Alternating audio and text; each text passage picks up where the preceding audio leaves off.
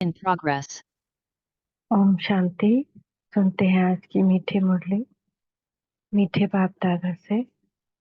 बाबा कह रहे हैं, मीठे बच्चे, यह वंडरफुल पढ़ाई बेहद का बाप पढ़ाते हैं। बाप और उनकी पढ़ाई में कोई भी संशय नहीं आना चाहिए। पहले निश्चय चाहिए कि हमें पढ़ाने वाला कौन है। शाम पढ़े, दोपहर पढ़े, रात पढ़े, या सुने, पढ़ाने वाला कौन है? खुद भगवान है। प्रश्न है, तुम बच्चों को निरंतर याद की यात्रा में रहने की श्रीमत क्यों मिली है? उत्तर, क्योंकि माया दुश्मन अभी भी तुम्हारे पीछे है। जिसने तुमको गिराया है अभी वह तुम्हारा पीछा नहीं छोड़ेगा। इसीलिए गफलत नहीं करना। भल तुम संगम युग पर हो, परंतु आधा कल्प उसके रहे हो, इसीलिए जल्दी नहीं छोड़ेगा। याद भूली और माया ने विकर्म कराया, इसीलिए खबरदार रहना है। आसुरी मत पर नहीं चलना है। ओम शांति। अभी बाबा भी हैं, बच्चे भी हैं, बाबा भी हैं। बाबा अनेक बच्चों कहेंगे, ओ बेटे।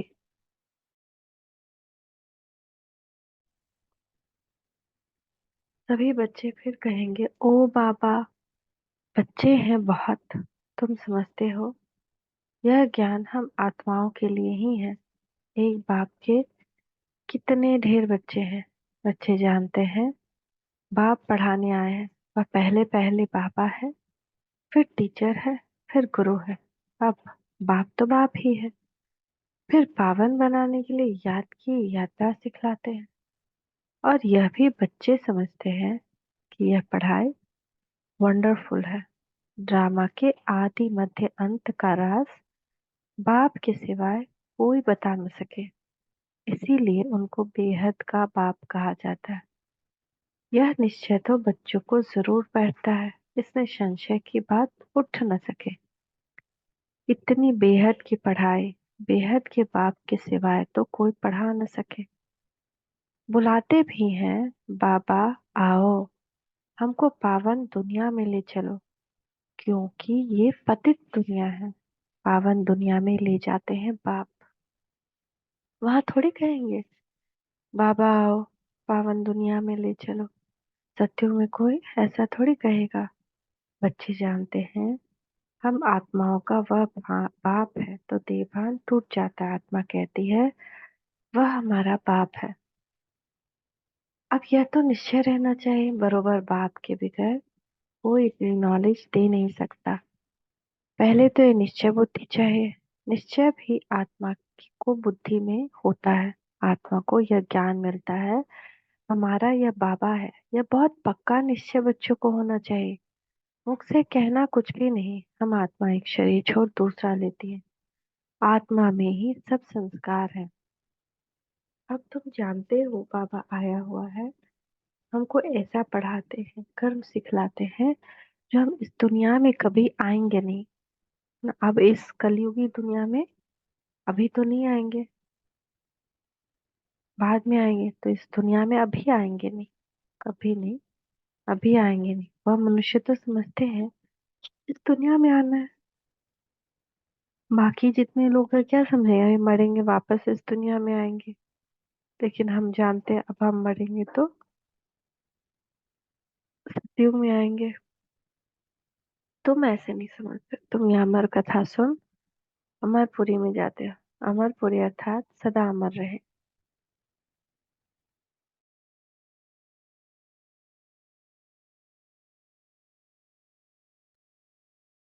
सत, सतयुग त्रेता है अमरपुरी। बच्चों को कितनी खुशी होनी चाहिए।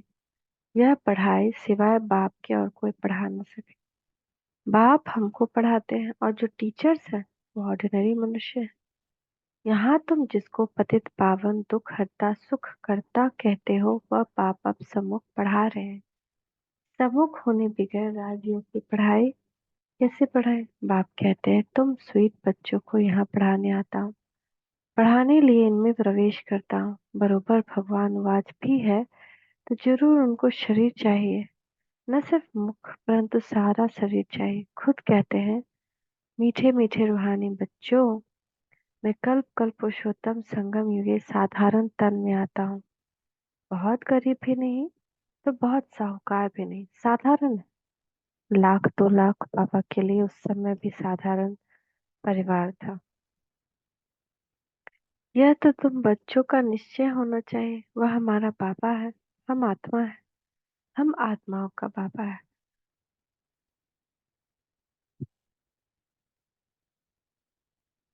सारी दुनिया की जो मनुष्य मात्र की आत्मा है, उन सब का बाबा, इसलिए उनको बेहद का बाबा कहा जाता है। शिव जयंती मनाते हैं, उसका भी किसको पता नहीं है। कोई से पूछो शिव जयंती कब से मनाई जा रही है, तो कहेंगे परंपरा से। वह भी कब से, कोई डेट तो चाहिए ना। ड्रामा तो अनादि है, परंतु एक्टिविटी जो ड्रामा में होती है उनकी तिथि तारीख तो चाहिए ना। ये तो कोई भी जानते नहीं। हमारा शिव बाबा आते हैं, उस लव से जयंती नहीं मनाते हैं ना। शिव बाबा शिवरात्रि कैसे मनाते हैं? भक्ति से मनाते हैं। भक्ति और संबंध दोनों से किसी बात को मनाना अलग हो जाता है। जैसे हम भक्ति में अगर किसी के हैं, तो कभी कभी जब फुर्सत मिला मंदिर चले गए, यहाँ कर लिए, ये कर लिए, थोड़ा कुछ प्रॉब्लम आया तभी भगवान को याद किया। जब देखे कि ज्यादा राहु केतु है, तो रुद्राभिषेक कराए, ये कराए, वो कराए। लेकिन संबंध में क्या होता है, डेली हम उसके बारे में सोचते हैं, डेली उसको याद करते हैं, डेली उसका हाल चाल पूछते हैं। हर घर में है, पास में रखते हैं, चाहते हैं मेरा जो प्यारा है मेरे पास रहे। उसके लिए खाना बनाते हैं, उसको खिलाते हैं, उसके लिए जागते हैं। तो ये संबंध होता है। तो भगवान जो है ना, वो संबंध से ज्यादा खुश होता है। वो भक्ति से कभी इसीलिए नहीं मिलता, क्योंकि उसको भी ये सब ऐसा वैसा चीज नहीं चाहिए। अरे दूर से खाली लोटा उड़ेल दो और चले जाओ, दुख हुआ तो हमको याद करो। वो भी प्यार चाहता है, संबंध चाहता है कि हमको इतना प्यार करे कोई आत्मा, जितना वो कभी किसी को नहीं किए। तो इसीलिए बाबा कहता है कि आज शिकायत कर रहा है कि इतना प्यार से कोई नहीं मनाता शिव जयंती, जितना प्यार से गांधी जयंती मनाते हैं। आंखों में आंसू आ जाता है, और हम याद करते हैं कि मेरा बाबा आया था, हमको ऐसे ऐसे बनाकर चला गया। अभी पढ़ाने भी आता है तो हम कोई वैल्यू नहीं देते हैं कि हाँ हम बहुत उसको दिन भर याद करें। वो कितना मेहनत कर रहा है, डेली मुरली भेजता है, डेली योग करने में सबको साकाश दे रहा है बैठ के। तो वो प्यार उसको भी चाहिए। भगवान है तो क्या, फिर भी है ना, वो हमको अपनी अपना जो बच्चा बोल रहा है, तो आखिर उसको भी तो हम पिता की दृष्टि से, पुत्र की दृष्टि से, या और भी संबंध। सिर्फ शाहजन कभी बोलता है कि जो तुम मुझे याद करो तो मैं तुम्हारे ही आशिक हो जाऊं। ऐसा प्यारा, प्यार पे कुर्बान होने वाला बाबा है। तो वो तो प्यार करेंगे तभी हमारे हमारे पे कुर्बान होगा। प्यार खोजता है। बाबा कह रहा है,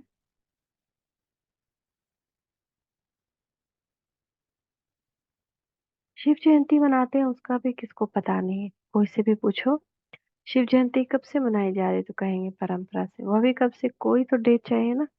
अभी किसी का बर्थडे का डेट है 14 नवंबर, तो वो तो हर कल्प में 14 नवंबर आएगा ना। और अगर ईयर भी, जैसे 14 नवंबर कोई जन्म लिया 2002 में, तो हर 5,000 साल में वो डेट तो आएगा ना, वो उसी डेट को जन्म लेगा। उसका डेट और तारीख तो नहीं बदलेगा। ऐसे ही शिव बाबा का भी डेट और तारीख नहीं बदलता, वो भी उसी तारीख पे, लेकिन किसी को पता नहीं। यह भी कोई नहीं जानते हमारे शिव बाबा आते हैं, उस लव से जयंती नहीं मनाते। नेहरू की जयंती उस लव से मनाएंगे, आंसू भी आएंगे। उस यादगार में उसको चिल्ड्रंस डे भी रख दिया।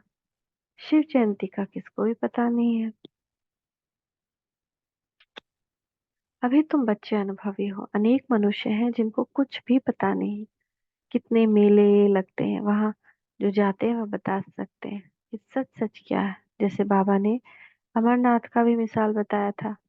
बाबा ब्रह्मा बाबा अमरनाथ होकर आए, बताया कि क्या होता है। अरे जैसे आ, ये का बर्फ का शिवलिंग का राज बताया कैसे वो बनता है ना। उसके पीछे कोई आध्यात्मिकता नहीं है, एक साइंस है।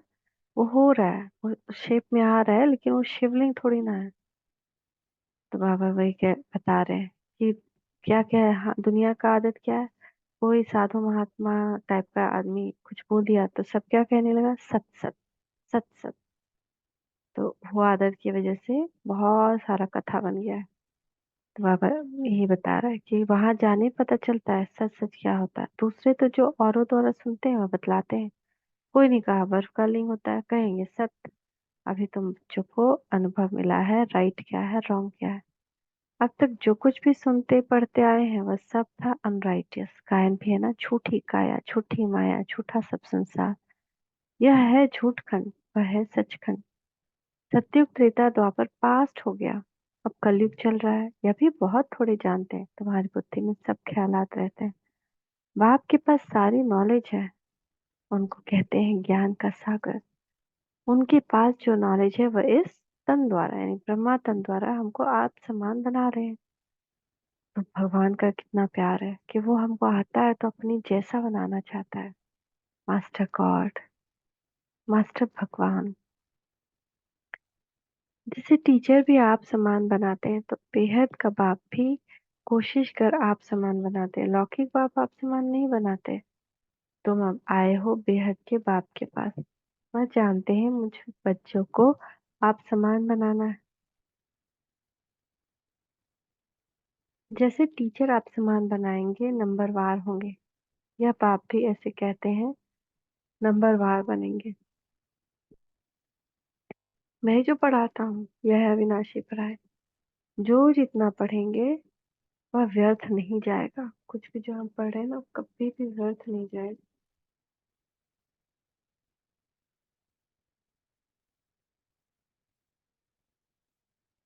आगे चल खुद कहेंगे हम 4 वर्ष पहले 8 वर्ष पहले कोई से ज्ञान सुना था फिर आया हूँ। फिर कोई चटक पड़ते हैं, जो ज्ञान सुनते हैं ना वो वापस फिर आते हैं, छोड़ देते हैं जो बीच में, फिर से वापस आते हैं। फिर कभी कभी चटक जाते हैं उनमें से कोई कोई। समा तो है, फिर उस पर कोई तो परवाने एकदम फिदा हो जाते हैं। बाबा क्षमा है ना, कोई एकदम परवाना फिदा हो जाता है, कोई फेरी लगा कर चला जाता है। शुरू में क्षमा पर बहुत परवाने आशिक हो पड़े। ड्रामा प्लान अनुसार भट्टी बननी थी। कल्प कल्प ऐसा होता आया है, जो कुछ पास्ट हुआ कल पहले भी ऐसा होगा, आगे फिर वही होगा। बाकी ये पक्का निश्चय रखो कि हम आत्मा है। बाप हमको पढ़ाते हैं, ये निश्चय पक्का रहे, भूल न जाओ। ऐसा कोई मनुष्य नहीं होगा जो बाप को न समझे। भल फारकती दे देगा तो भी समझेगा हमने बाप को फारकती दी। यह तो बेहद का बाप है, उनको तो हम कभी भी नहीं छोड़ेंगे। है ना, हमको पता चलता है कि हम फारकती दे रहे हैं। जैसे हम कुछ बुरा करते हैं तो हमको पता चलता है कि हम बुरा कर रहे हैं, तो संस्कार के वश होकर कर देते हैं। यह बाप तो यह बाप तो सबकी सदगति करने वाला है। 5,000 वर्ष के बाद आते हैं।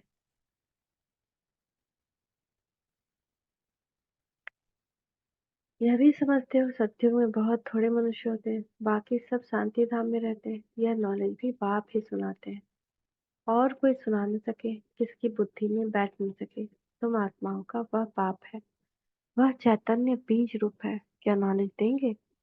शिष्य रूपी झाड़ की जरूर रचना की नॉलेज देंगे। तुमको पता था क्या कि सत्युग कब था, फिर कहाँ गया, फिर कब आएगा? कुछ भी नहीं पता था। तो सृष्टि का झाड़ कैसे वृद्धि को पाता है? ये बीज रूप बाबा है, वही बताता है। उसी को सारा नॉलेज है, ज्ञान का सागर है।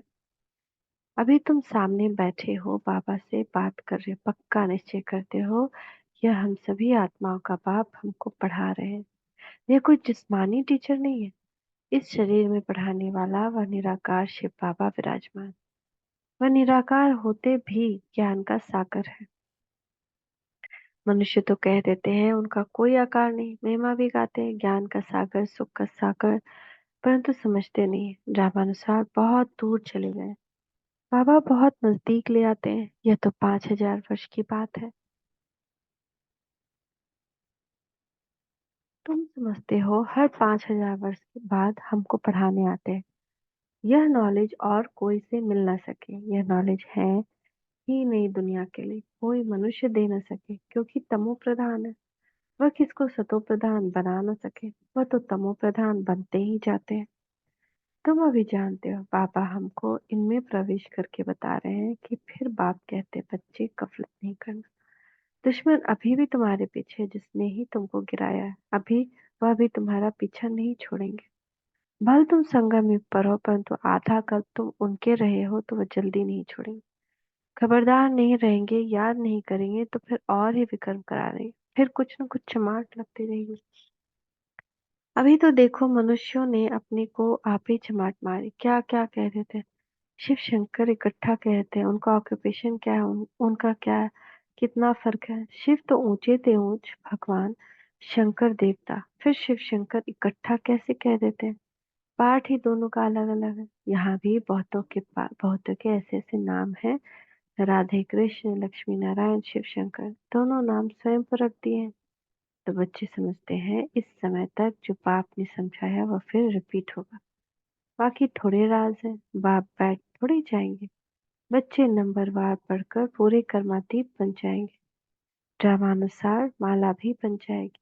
कौन सी माला? सब आत्माओं की माला बन जाएगी, तब फिर वापस जाएंगे। माला नंबर 1 तो तुम्हारी है। शिव बाबा की माला तो बड़ी लंबी है, वहां से नंबरवार आएंगे पाठ बचाने। तुम सब बाबा बाबा कहते हो, सब एक माला के दाने हो। सबको विष्णु की माला का दाना नहीं कहेंगे, विष्णु की माला का दाना यानी सूर्यवंशी। लेकिन त्रेता तक तो सब लोग आ जाएंगे ना, देवी कुल का।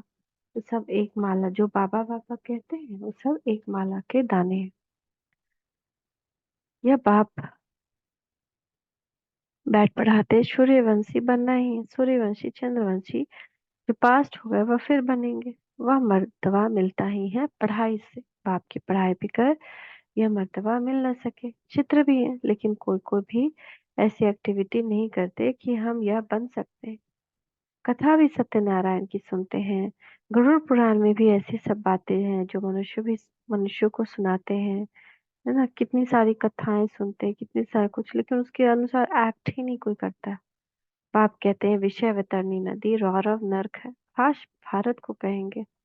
बृहस्पति की दशा भी भारत पर बैठी है। वृक्षपति भी भारतवासी को ही पढ़ाते हैं। शिव बाबा बीज है तो पूरी झाड़ का पति भी है, वृक्षपति भी है। उसी को बृहस्पति कहते हैं। बृहस्पति का सही से अक्षर किसको नहीं मालूम। कहते हैं देवताओं के गुरु बृहस्पति थे, तो हम ही तो वो देवता थे, हम ही को तो पढ़ाया गुरु ने हमारे। तो वो बृहस्पति वृक्षपति यही है शिव बाबा। बेहद का बाप बैठ बेहद की बात समझाते हैं। उनको बूढ़ा क्यों दिखाते हैं? क्योंकि ब्रह्मा बाबा के तन से पढ़ाया शिव बाबा ने, तो इसलिए उनको जो साकार दिखाते हैं हम बूढ़ा तन दिखाते हैं। तो बृहस्पति है शिव बाबा। और जब बृहस्पति की दशा हम पर बैठी है, हमने जब बाबा का हाथ पकड़ लिया है, तो अच्छा ही अच्छा होगा। जो दुख है वो सब खत्म हो जाएगा। पूरा सतयुग जो है वो बृहस्पति का दशा रहता है, पूरा सतयुग। उसके बाद ही दूसरा दूसरा ग्रह चेंज होता है। तो बाबा ये सब राज भी बताते हैं, ग्रह क्या है, क्या है, गोचर, वो कोई नहीं जानता। बेहद का बाप बैठ बेहद की बातें समझाते हैं। कैसे हम अपनी दशा बदल रहे हैं, आज बाबा कैसे बदलना सिखा रहे हैं।